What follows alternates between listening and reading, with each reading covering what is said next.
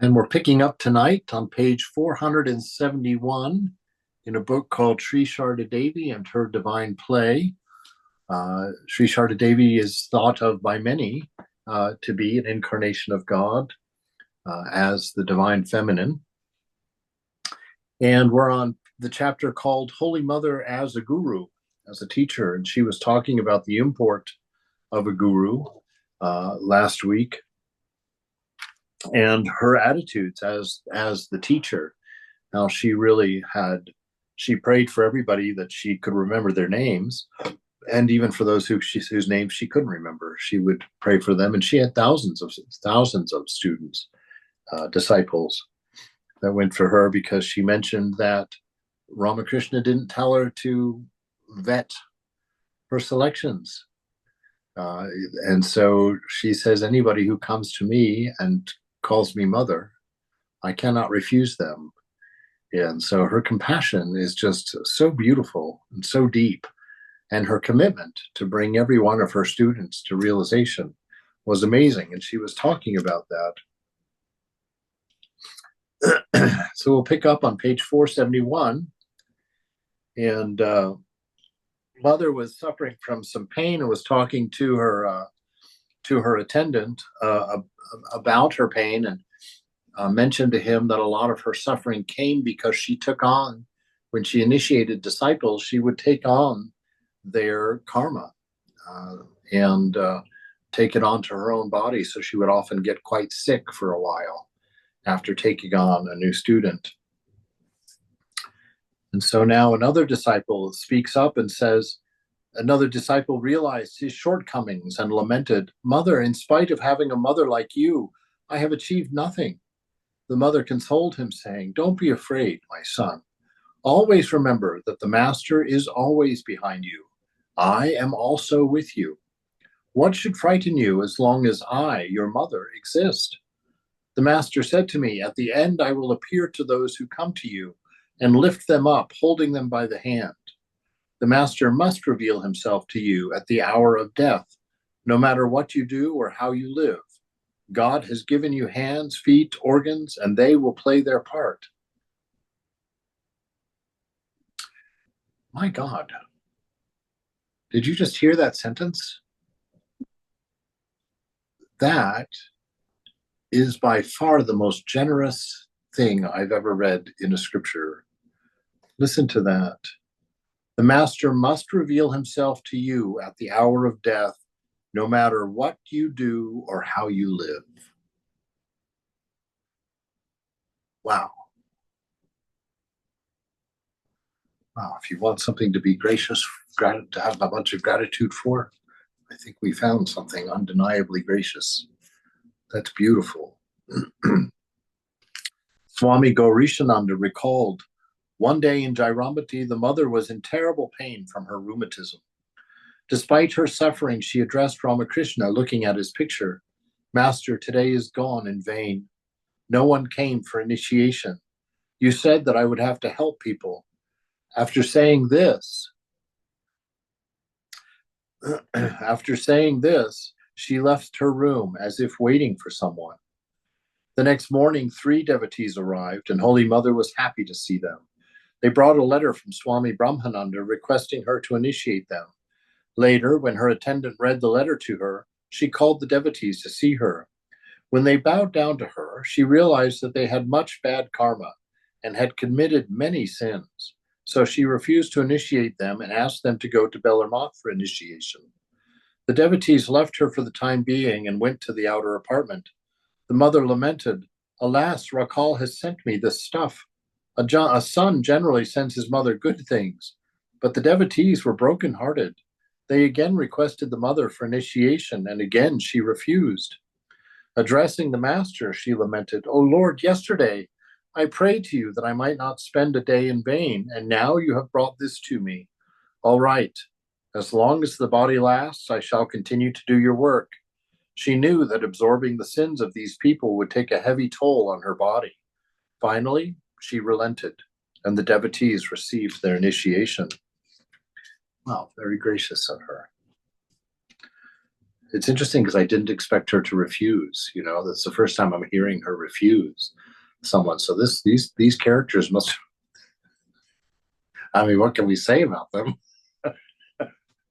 The only group of disciples to be turned away by the mother so far. Wow, they must have been in some shape. Hopefully, I wasn't in there.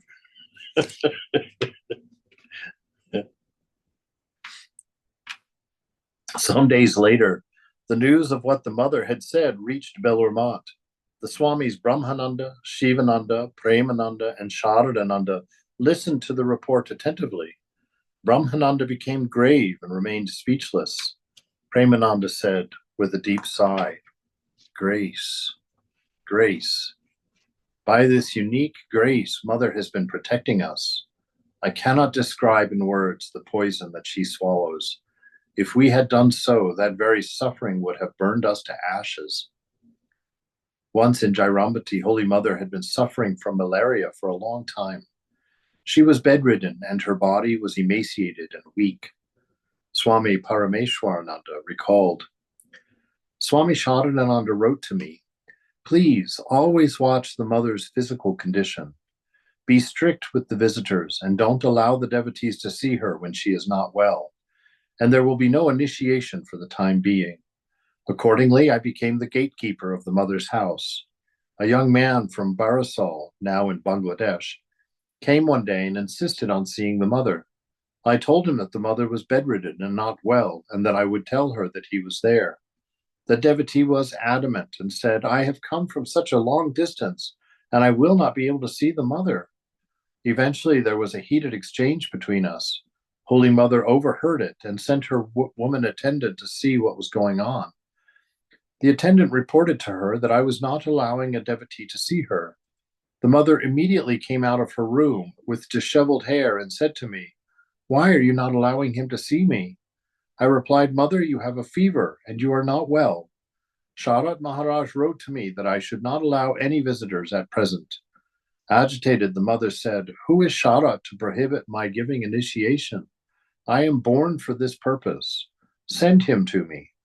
The young man bowed down to the mother and begged for initiation from her.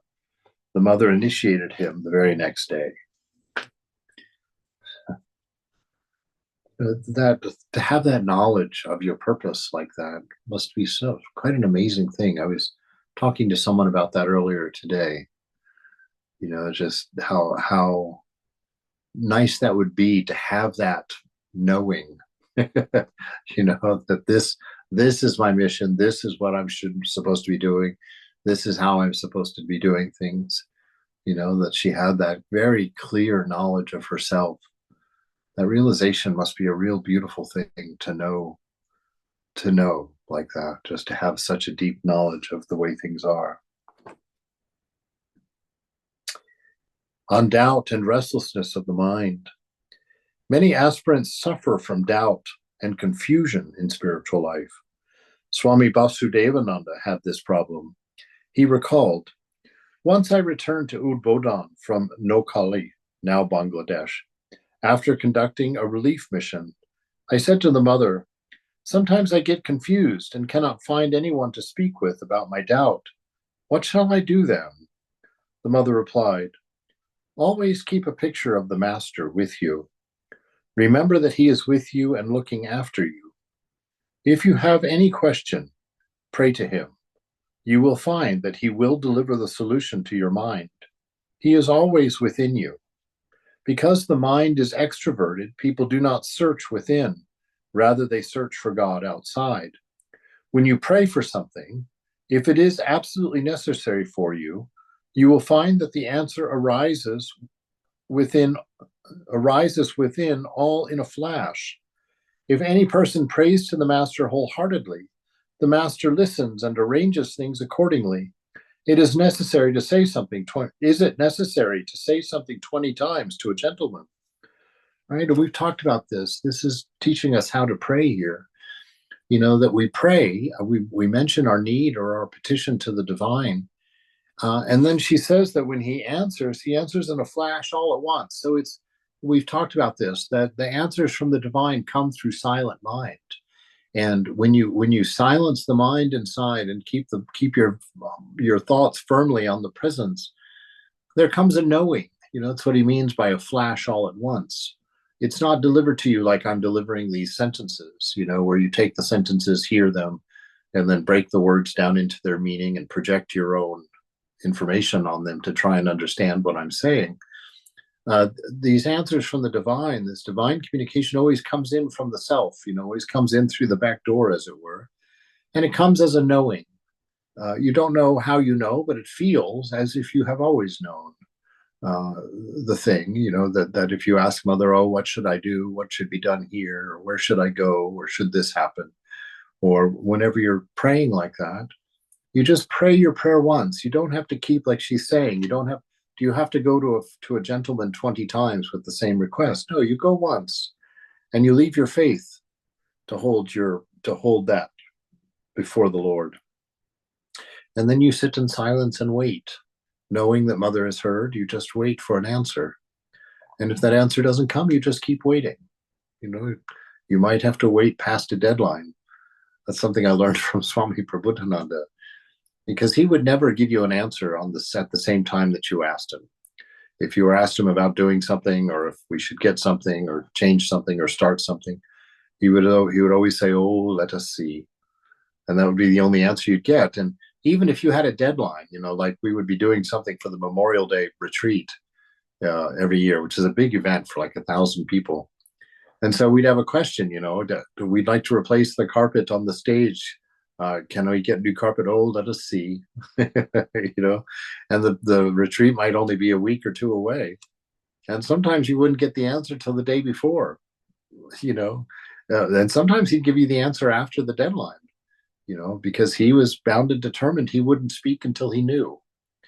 And so I imagine he had the same sort of practice that Brahmananda did, that he would never act on his own without the permission of the divine. And so he wouldn't give a direct answer, and he would only give the answer when it came. And it didn't matter what the timings were. It didn't matter what the deadlines were. He simply would not give an answer until he knew the answer to give. He was never pressured by schedule. And so here we have a Swami who's having doubts and doesn't have anybody to discuss them with. And so what's Mother telling him? Telling him the same thing. Take a picture of the Master to remind you that he's always within you. His presence is there. And lay your question before him. Lay your doubt before him. And then she says, sit quietly. Go inside. And the answer will come in a flash to you. And so truly, we should take these things very seriously, because we're very accustomed to sort of doing our own thing as if we're on our own in our practice, and we're not. It's very dynamic, and the presence of God is absolutely available to us. And so we just have to practice our faith in presenting these things, and then practice our coming to silence inside, so that we can hear the answers when they arrive, so that we can hear this knowing, right? Because so often it's drowned out by the cacophony of the senses, the cacophony of all the thoughts in the mind. And so this is part of why we practice to silence the mind, part of why we practice to pull our identity out of mind and place it in the stillness of the heart, because it's only in that stillness that we know that we come to get our answers to our prayers. Once Nalan Bihari Sarkar asked Holy Mother about the weaknesses of the mind. She replied, "My son, that is the law of nature. Like the new moon and the full moon, similarly the mind harbors sometimes good and sometimes bad thoughts." Nalan asked, "Mother, I have visited you so often and have received your grace, yet I still don't make any progress. I feel that I am as I was before." Holy Mother replied, "My son, suppose you are asleep on a cot and somebody carries the cot with you on it to another place. Would you immediately realize that you've been moved to another place? Not at all. Only when your drowsiness clears up completely will you see that you have come to a new place." In 1911, Vaikuntha of Cuttack received initiation from Holy Mother when she was at Kotar in Orissa. Some years later, he found it impossible to control his mind and said to the mother with great anguish, "Mother, I have no inclination to repeat the mantra anymore because it did not remove the impurities of my mind. I have the same lust, the same anger, the same delusion as before." Holy Mother assured him, "My son, all impurities will go away by repeating the mantra. Pray to the Master." "I am helpless," Vaikuntha replied.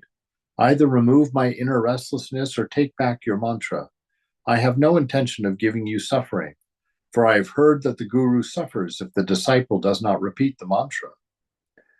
Holy Mother's eyes became filled with tears at her disciple's suffering, and she said fervently, "All right, you will not have to repeat the mantra anymore." These words frightened Vaikuntha, and he thought that his relationship with the mother was severed once and for all. Distraught, Vaikuntha said, "Mother, you have taken everything away from me. What shall I do now? Does this mean that I'm going to hell?" The mother said in an animated voice, "What do you mean? You are my child. How can you go to hell? Those who are my children are already free. Not even Providence has the power to send my children to hell. Be at rest, entrusting your responsibility to me, and always remember that someone stands behind you and will come at the last moment, to lead you to the eternal abode." Oh my God. Okay, well, boy, wow.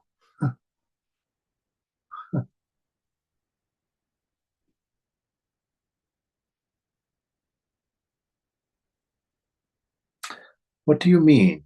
You're my child. How can you go to hell? Those who are my children are already free. Right? Don't we talk about that? That's why we talk about, that's why we sit to realize that we're already realized. We don't practice to become realized. And here we have it directly from our mother, you know? Not even Providence has the power to send my children to hell. Be at rest, entrusting your responsibility to me. Right? So that's the faith in Mother. That's the faith in grace. Knowing that Mother has covered you. Already, the task is already done. There's nothing left for you to do but to be grateful, to be thankful, to be happy, to be free. That's all that's left for you. And so don't fight that. Accept it. Make your practice about acceptance, about growing your faith in the grace of the divine, in knowing and in coming with a real inner knowing, a real inner confidence that it's done. We're not engaged in a process here. We're engaged in a celebration. We're engaged in a knowing and an accepting a truth so profound and so generous that it needs practice to accept it, that it needs purity to open up to it. You know, it needs surrender to make room for it. It's really quite an amazing situation that Mother's presenting here. Always remember that someone stands behind you, right? This is that constant awareness of the present. Always know that someone stands behind you. And you will come at the last moment, and will come to you at the last moment to lead you to the eternal abode. So know that, yes, the presence is with you now, and that same presence will be the one that takes you on that last day. You won't have to die alone. You won't have to leave the body alone. That the Master, the Mother, your highest ideal of love, whatever that is, Buddha, Rama, Krishna, Jesus, God herself, who knows, but is always with you, is always your companion. And that when the body drops on that last day, they will meet you, they will come, and they will take you across on the journey to lead you to the eternal abode. And so what else is there to say? What else is there to say? What an amazing fulfillment. On a different occasion, she reassured another depressed disciple, "You may not be able to practice japam regularly, but the Master will have to come to receive you at the final moment." He himself promised this to me. Can his words be otherwise? Do whatever you like and enjoy your life. Holy cow.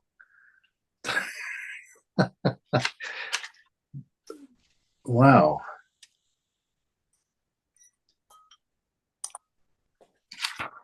Wow. So on a different occasion, she reassured another depressed disciple, you may not be able to practice japa regularly, right? So apparently the person's come to him also saying, I can't do my practice. How do I do this? And mother says, yes, that's true. You may not be able to do it, but the master will have to come receive you at the final moment. He's coming anyway. He's not coming because you did a certain amount of practice. He's not responding to a purchase. He's coming because he loves you, not even because you love him. He's coming because he loves you. He's coming to get you because you belong to him. You are the Lord's own. That's why they say that again and again and again. This is not about you needing God. That's given. That's obvious. That's desperate even. But that's not what our practice is about. That's not what religion is about. Religion is about God loving you with a love that's unconditioned, infinite, without scale, just outside of all measurement. And here Mother is just telling us point blank that this grace is so strong and so real that she's telling one of her disciples who can't practice, she's saying, don't you worry, he's going to come anyway because he wants to come, because he wants you. So he's coming to receive you at the final moment. He himself promised this to me. Can his words be otherwise? Do whatever you like and enjoy your life. What a bold teaching. What a faith in the grace. And if you are responding to grace, this won't be abused. This will be one of the most beautiful commandments you could be given. You're free. Go celebrate, enjoy your life, walk with God. Know that there is someone always behind you.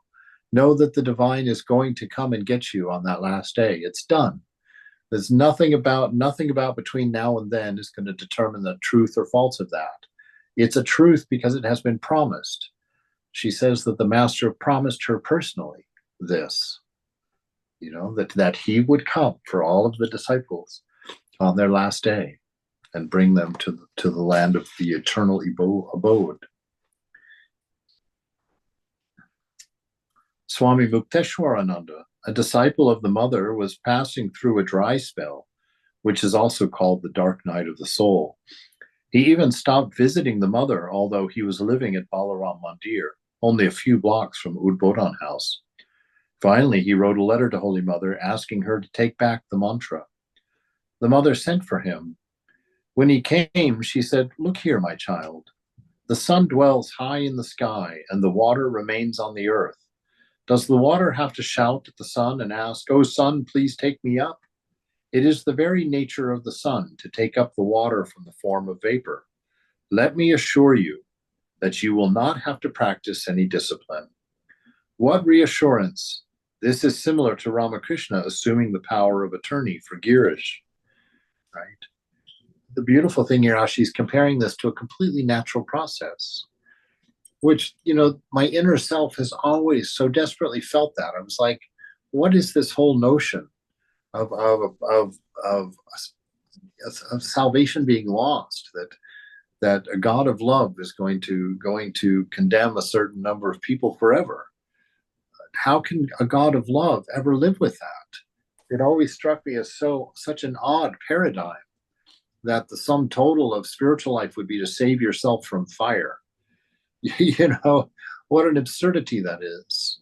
We're talking about a love and a wisdom and an eternity of beauty and ecstasy, the highest condition of humanity.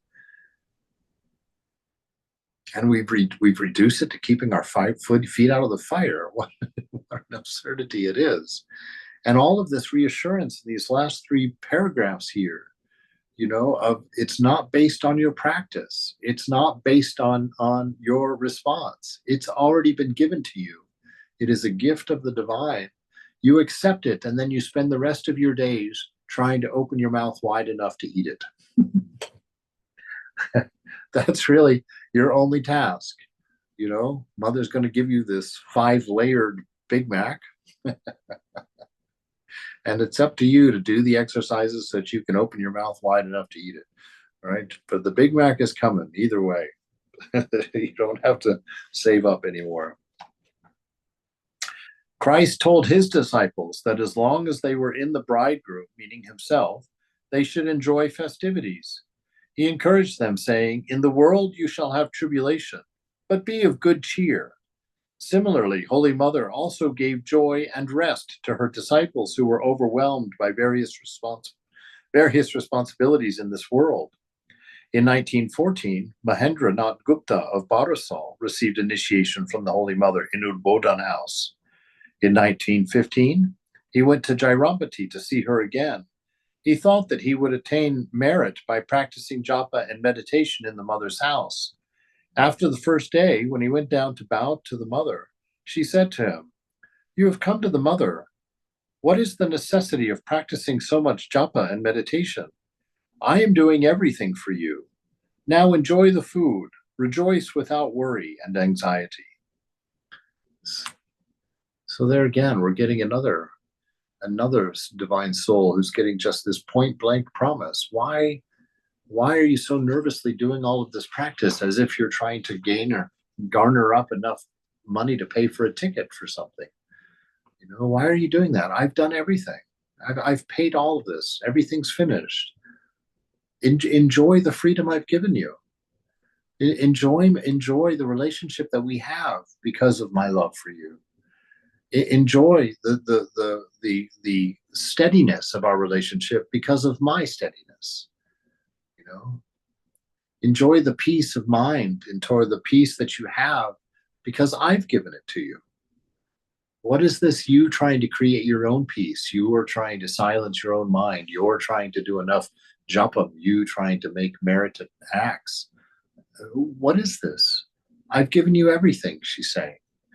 It's yours to live in response to that, not to go chasing after that. That's not the point of this.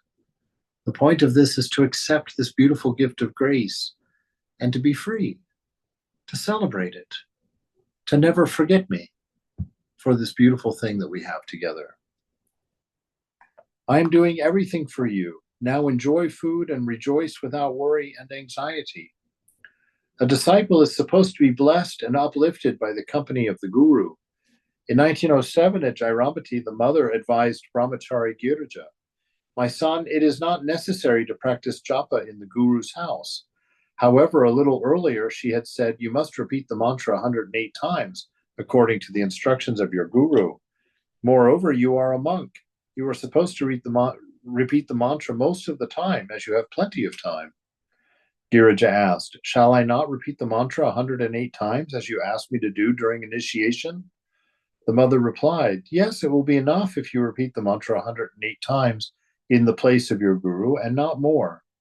You should not conclude that the mother did not encourage her disciples to practice japa and meditation. Okay, so this isn't that she didn't encourage it.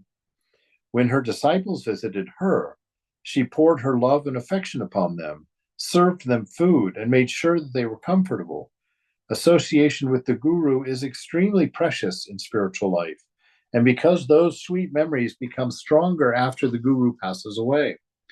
For that reason, Holy Mother told Mahendra and Girija not to spend too much time practicing japa while they were with her.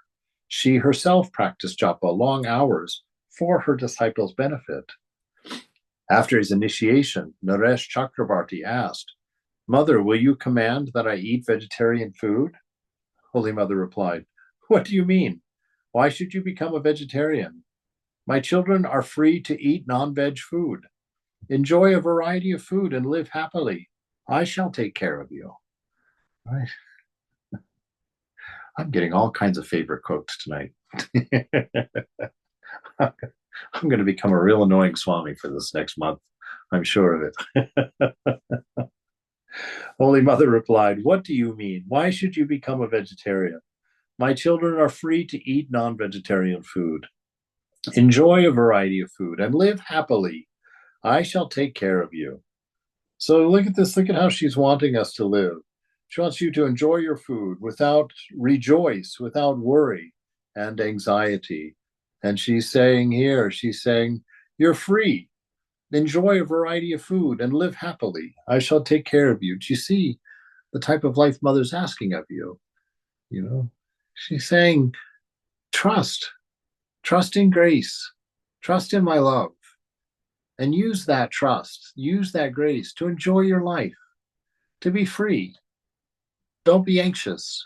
Don't worry about these things. These things I have taken care of. You go. Be happy that they're taken care of and live your life.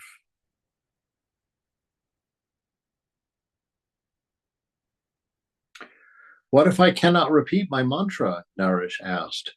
Holy Mother replied heatedly, what do you mean? You don't want to repeat your Ishta mantra? Then why did you take initiation? If you don't repeat your Ishta mantra, you will lose your spiritual life. I will not be the loser. At Jairambati in 1907, Brahmachari Rasbihari asked, Mother, why is it necessary to receive a mantra from the Guru? The Holy Mother replied, the mantra purifies the body. Human beings become pure by repeating God's name. Listen to a story. One day, Narada went to Vaikuntha, heaven, and had a long conversation with Vishnu. When Narada left, Vishnu asked Lakshmi to sprinkle the solution made from cow dung to sanctify the spot where Narada had sat. Lakshmi said, why, Lord? Narada is your great devotee. Why then do you say this? Vishnu said, Narada has not yet received initiation. One's body does not become pure without initiation. After giving the mantra, the Vaishnava Guru says to his disciple, now the mantor. In Bengali, the sounds mantra and mantor are very close, but the latter has an indicative meaning.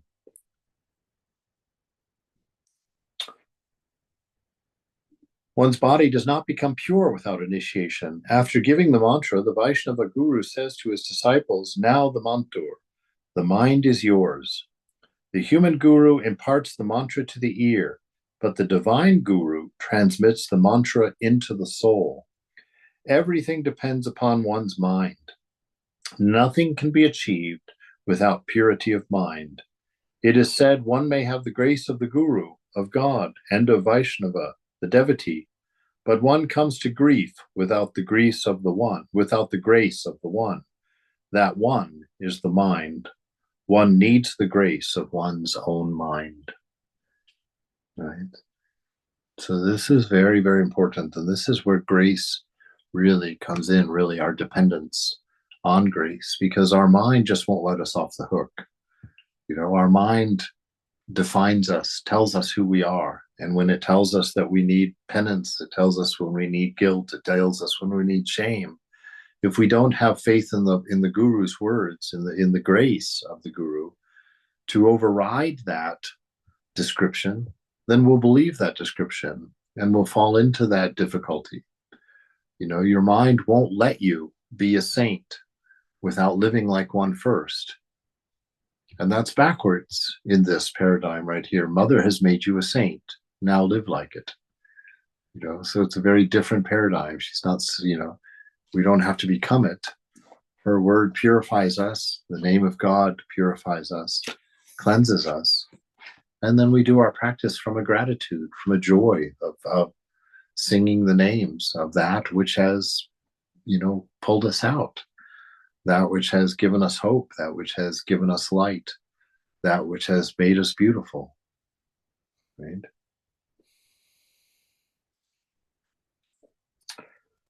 In spiritual life, these are the universal and eternal questions. How do I control the restless mind? How do I overcome lust and anger? How do I attain peace and joy? How do I practice spiritual discipline? How can I see God? What will happen after death? Holy Mother answered all these questions. Even though today we do not have the good fortune to have Holy Mother as our Guru, We have inherited the spiritual instructions that she gave to her disciples. Her teachings solve our spiritual problems. Her teachings remove our doubts. Her teachings create love and longing for God. Of course, some of the mother's teachings are universal, and some were given to specific individuals.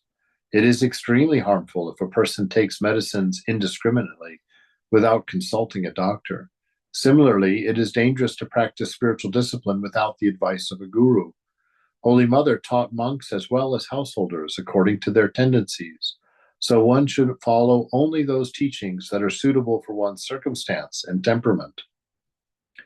In March of 1904, Swami Virajananda went to visit the mother at Jairambati. He had not seen her for a couple of years, and his health had broken down from practicing too much austerity. When Holy Mother saw his sickly body, she shuddered. Realizing that it was not physical illness, she asked, "Where do you meditate? In the heart or in the Sahasrara?" Virajananda responded, "In the Sahasrara, because I love to meditate on that chakra. I get immense joy."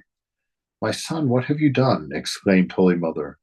"One meditates on that spot in the final stage. Only the mind of a Paramahamsa dwells there. Is it possible to keep the mind in such a high realm in the initial stages? One should begin by concentrating the mind on the crown of the chakra, on the crown chakra, but then bring it down to the heart chakra and meditate there on the Ishta." Virajananda had previously gone through various kinds of treatment and received a special diet. He had followed disciplines meant to relieve his mental fatigue and illness. Nothing had worked. Now he began to follow Holy Mother's simple instructions, and slowly he got well. Toward the end of his life, referring to this event, he said, "For this reason, one needs a Siddha Guru, an illumined teacher. If I had not received that advice from the mother, perhaps my life would have been destroyed.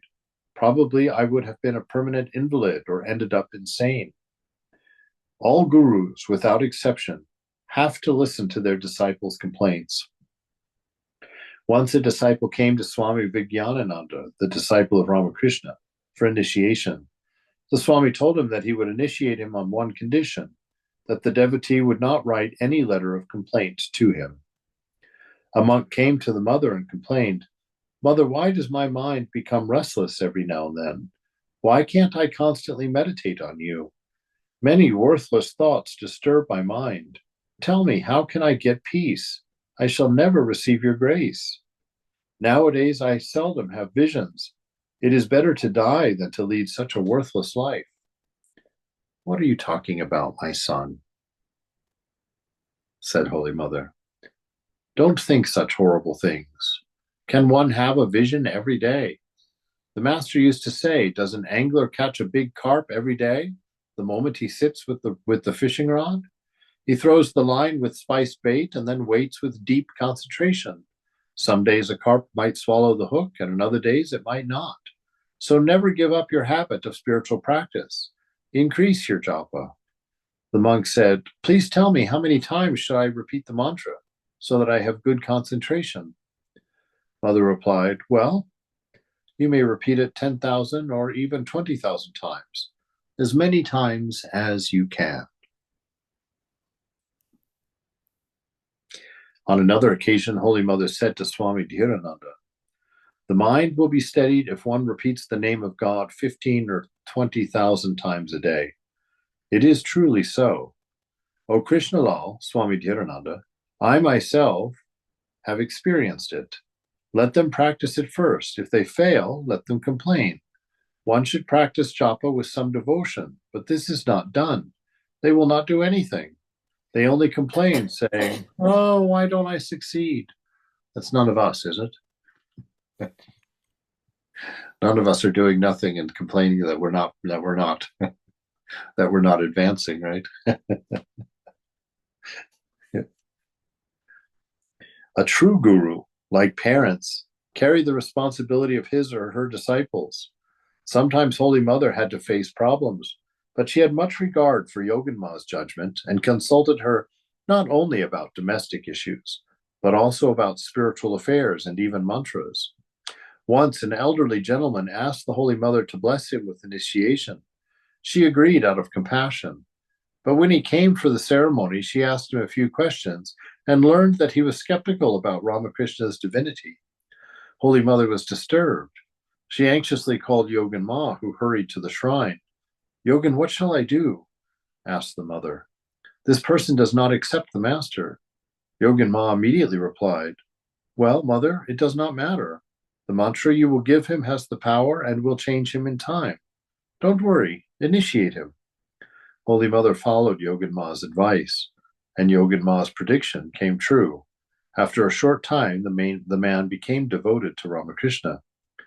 Swami Tanmayananda once said to the mother, Mother, so many bad thoughts come when I sit for meditation. Holy Mother replied, It's natural. Does anyone want to leave one's place easily? Those thoughts try to drag the mind down. Mother, please do something so that I may forget all of those things, Tanmaya implored. Touching his head, the mother said, From now on, all those thoughts will not come to your mind. Swami Tanmayananda, Mother, I can't meditate on a form. It does not matter, said Holy Mother. She pointed to the master's picture and said, Think of him and repeat your mantra. Read one chapter of the Gita every day. The day you don't have much time, read at least a few verses of the Gita. Make your asana comfortable so that you can sit a couple of hours at a stretch. Thus, you will be able to sit for a long time. If your leg goes to sleep or gives you pain, move your leg. Later, you will not find any difficulty. You can practice japa and meditation simultaneously or alternately.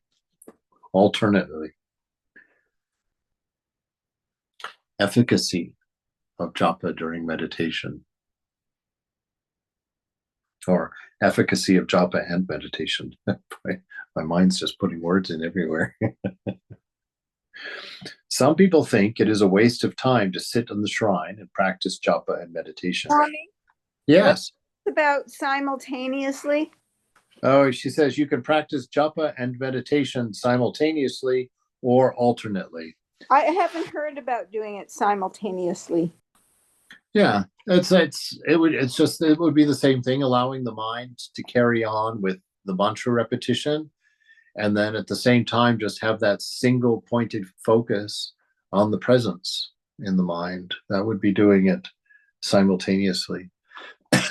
It would happen only if the mantra has become pretty much automatic, meaning you've done it so many times that once you start it, the mind just runs with it. And then you can focus the mind on the presence and it will keep running. So you can do it simultaneously or alternately. Okay, that sounds nice. Yeah.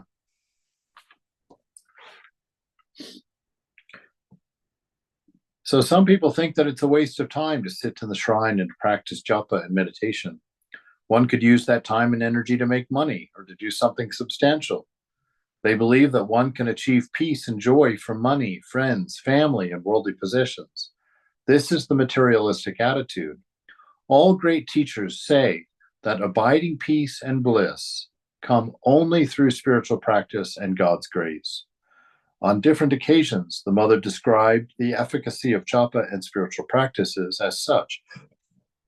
Do you know the significance of japa and other spiritual practices? These disciplines cut asunder the bonds of past karma and subdue the outgoing tendencies of the sense organs. But one cannot realize God without ecstatic love.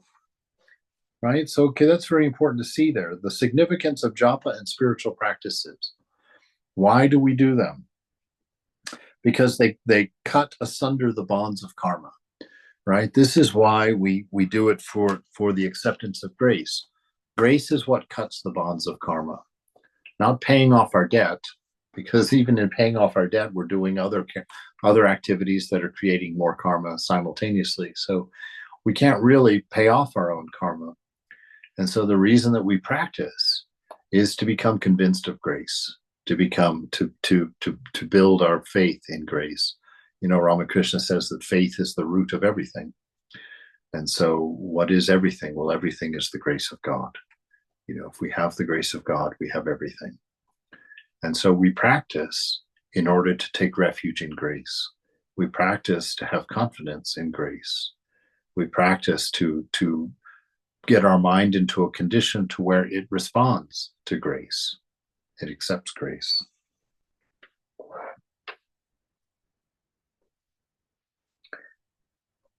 One should practice japa and meditation at regular times, giving up idleness.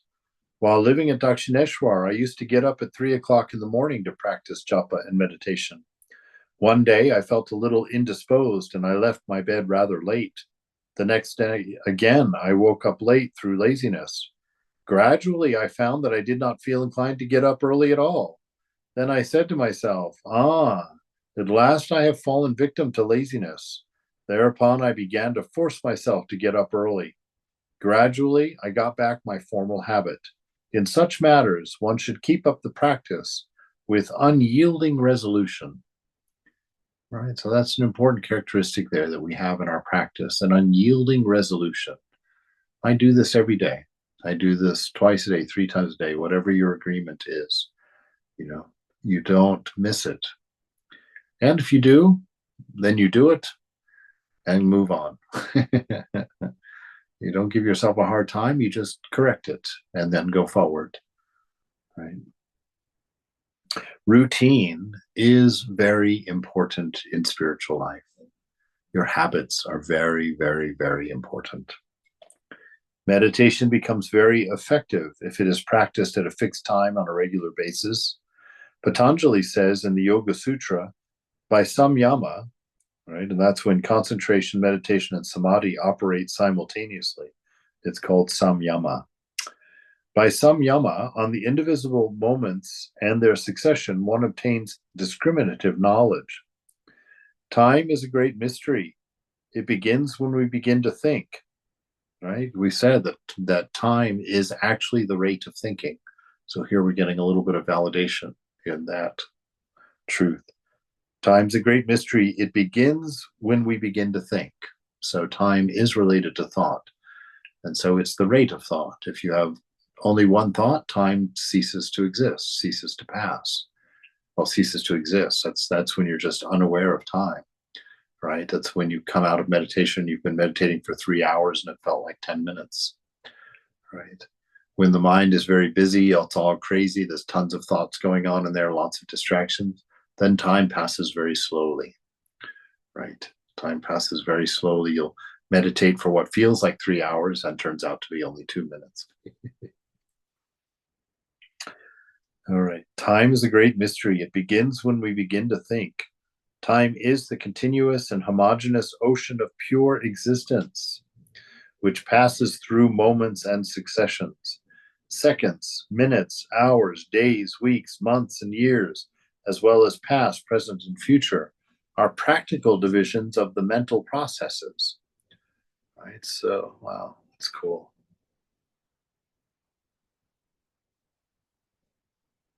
Second, minutes, hours, days, weeks, months, and years, as well as past, present, and future, are practical divisions of the mental processes.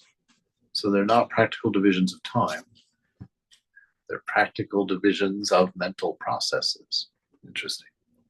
In essence, there is no division in time. The whole division is a mental concept, without which the operation of the psychic mechanism seems to be impossible. Right? If we don't have time, space, and causation, we can't think. So he's saying, in essence, there is no division in time, right? Because this moment that we're in right now, it has never ended and it never began. So there's only one moment. But as a means of keeping our mind operating so that we can actually think, we have to break time into past, present, and future. We have to create causation, to create karma, to create responsibility, right?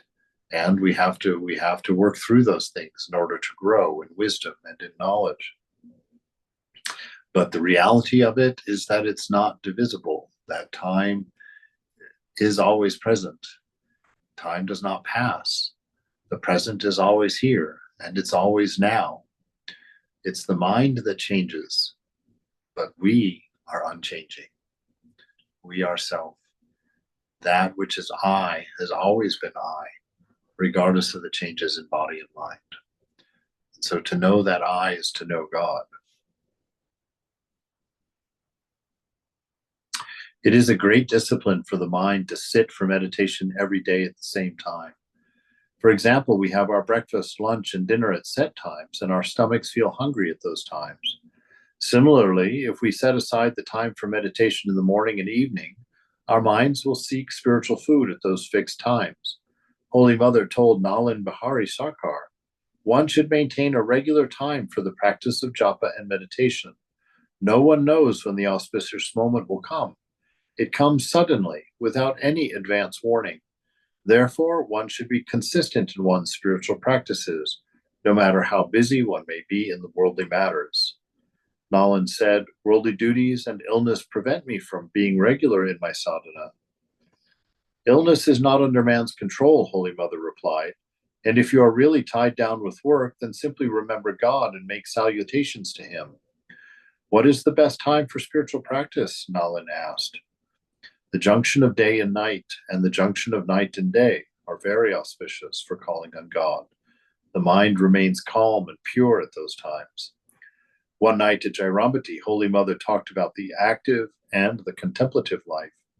Brahmachari Bharata said, Mother Swami Keshavananda says, labor hard to fulfill your duties, and then you will achieve everything as God ordained. Holy Mother replied, no doubt you must do your duty. It keeps one's mind in good condition. But it is also necessary to practice japa, meditation, and prayer. One must practice these disciplines at least in the morning and the evening. Such practice is like the rudder of a boat. When a person sits for prayer in the evening, he can reflect on the good and bad things he did during the course of the day. Then he should compare his mental state to that day with the previous day. Next, while performing japa, he should meditate on his chosen ideal. In meditation, he should first think of the face of his chosen deity, and then meditate on the entire body of the deity from the feet upward. Unless you practice meditation in the morning and evening side by side with your work, how can you know whether what you are doing is desirable or undesirable? Bharata said, some say that one achieves nothing through work. One can succeed in spiritual life only through japa and meditation. Holy Mother responded, how do they know what they will give success and what will not? Does one achieve everything by practicing japa and meditation for a few days? Nothing whatsoever is achieved unless Mahamaya clears the path. Didn't you notice the other day that one person's brain becomes deranged because he forced himself to do excessive prayer and meditation? If one's brain is deranged, one's life is useless. The intelligence of a human being is very precarious. It is like the thread of a screw. If one thread is loosened, one becomes crazy, or one becomes entangled in the trap of Mahamaya and thinks oneself to be very intelligent. One feels quite all right, but the screw is tightened in a different direction. One follows the right path and enjoys peace and happiness. One should always remember God and pray to him for right understanding. How many are there who can meditate and practice japa all the time? At first, they earnestly practice these disciplines, but like N, their brains become heated in the long run by constantly sitting on their prayer rugs. They become very vain. They also suffer from mental worries by reflecting on things other than God. It is much better to work than to allow the mind to roam at large. When the mind has free scope to wander, confusion comes. My Naren, Swami Vivekananda, thought of these things and wisely established institutions where people could do work without concern for the results. All right, so we'll stop there for tonight.